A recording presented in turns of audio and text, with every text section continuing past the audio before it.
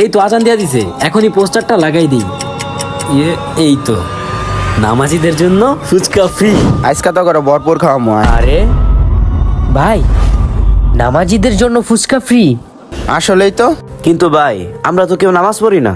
হ ভাই, আমরা তো নামাজ পড়ি না। চুপ চুপ, আয় আমার সাথে আয়।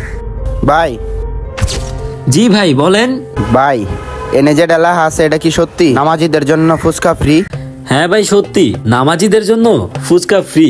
ভাই আমরা 4 জনই তো নামাজ পড়ি, তাহলে আমাকে 4 জনকে 4 প্লেট দেন। হ্যাঁ ভাই, আমরা তো নামাজ পড়ি।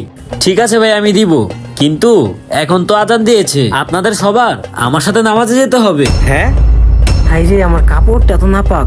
আরে কি বলে?